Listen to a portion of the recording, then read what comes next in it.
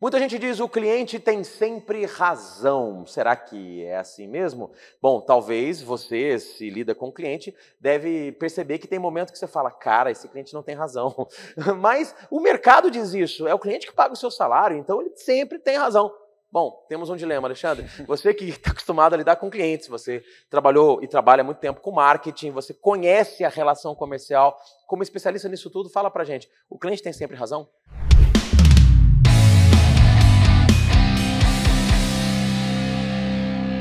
Olha, Marcelo, das muitas máximas da gestão e do marketing, acho que poucas delas são tão eficazes quanto acreditar e trabalhar para o cliente como se ele fosse um rei, ou seja, tratar o cliente como se ele sempre tivesse razão. O cliente é aquele que paga nossas contas, paga os boletos, paga o aluguel da empresa, paga a festa de final de ano, paga o salário de todo mundo. Então, ele é possivelmente a coisa mais importante que existe na empresa e é natural que a gente queira satisfazê-lo. Então, acho que é uma política muito eficaz trabalhar o cliente como se ele sempre tivesse razão. Existem, inclusive, algumas empresas que têm políticas para relevar até mesmo pequenos casos em que ele não tem razão.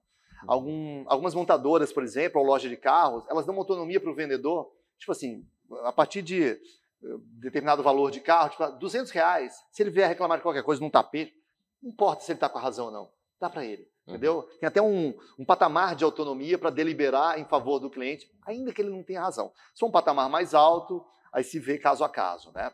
Ou seja, essa é a melhor política a se adotar, porque cliente é quem faz a empresa funcionar, quem faz a empresa prosperar. Filosoficamente falando, se a gente tem uma relação contratual, né, existe duas partes.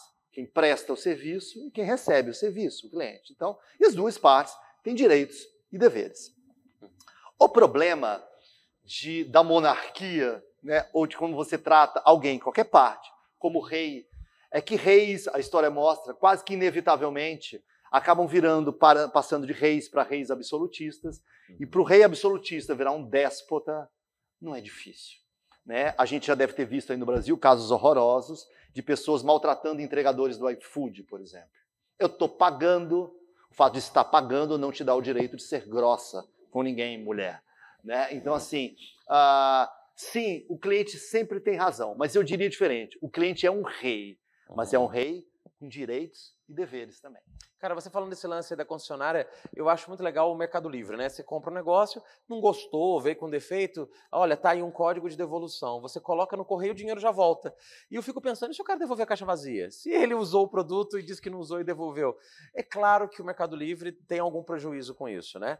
Porém, ele deve ter percebido que ter o cliente satisfeito, ainda mais numa relação de venda virtual, onde existe uma necessidade de ter segurança, ele fala, não, o preço do prejuízo é menor do que o ganho com a satisfação e com a segurança de quem está comprando. Então, é claro que alguns negócios vão dar a razão para o cliente mesmo quando ele não tem razão. Mas é óbvio que nem sempre o cliente tem razão.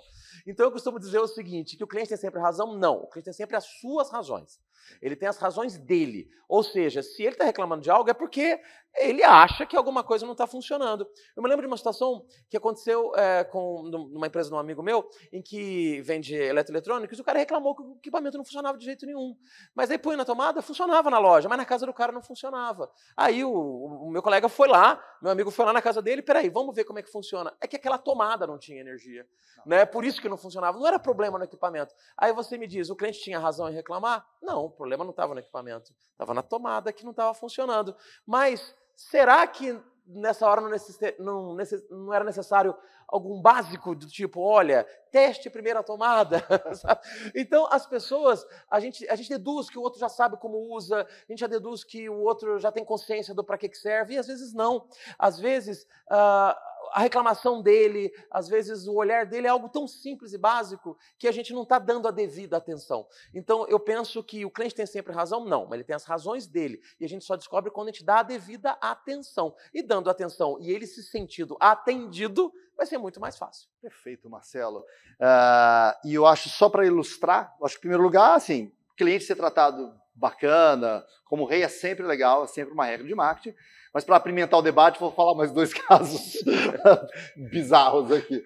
Há uns meses atrás eu estava num churrasco, né, enfim, entre conhecidos, assim, e aí tinha um grupinho de mulheres, de mães, né, comentando um episódio que aconteceu na escolinha delas com os filhinhos pequenos dela. E elas estavam reclamando que os filhos tiraram 8, 7, 9, elas achavam que os filhos tinham que tirar 10. A professora justificou por que era 7, 8, que era o suficiente para passar, mas elas achavam que tinham que tirar 10.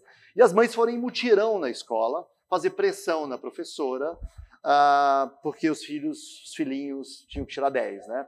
E no final, a escola, pressionada, os diretores, porque elas ameaçavam tirar meu filho daqui, pressionado pelo poder econômico de ter uma debandada de pais e alunos, pressionaram a professora e ela retificou a nota para tirar 10. Um papelão, né? O cliente tem razão nesse caso. Ou seja, o que está ensinando para essas crianças que a mãe vai lá, reclama e eles ganham 10? Né? Um papelão da escola também, ainda que ela estivesse economicamente pressionada, ou seja, o cliente não tem sempre razão. Tem horas que ele tem só a senha do cartão de crédito. Um outro episódio aconteceu comigo, quando a primeira vez que eu fui na Itália, faz mais de 20 anos, foi eu e minha mãe, e a gente foi na Sicília. Eu estava num restaurante em Cefalù, um restaurante num penhasco. Aí eu pedi, me lembro até hoje, macarrão com frutos do mar. Eu pedi um macarrão com frutos do mar e uma taça de vinho. Né? Veio o macarrão dos frutos do mar e uma taça de vinho. Eu pedi um pouco de queijo para colocar no macarrão. Aí passou um tempo, não veio o queijo. Aí eu chamei o garçom, pedi uma garrafa d'água e o queijo. Aí ele trouxe a garrafa d'água, o queijo não apareceu. Passou mais um tempo, eu chamei o garçom e eu falei, cadê o queijo? Não veio o queijo. Aí ele gritou, assim, Cazzo! Larga de ser ignorante! Só que você não sabe que não se mistura queijo com frutos do mar? E todo o restaurante estava lotado, todo mundo olhou para mim, eu queria me jogar daquele penhasco, de tanta vergonha, assim. Eu tinha razão? O cliente está com a razão ou não está com a razão? O que eu sei é que depois daquele momento, eu descobri que na Itália, cliente não tem monarquia lá, e que quando comer frutos do mar, nunca misture com queijo.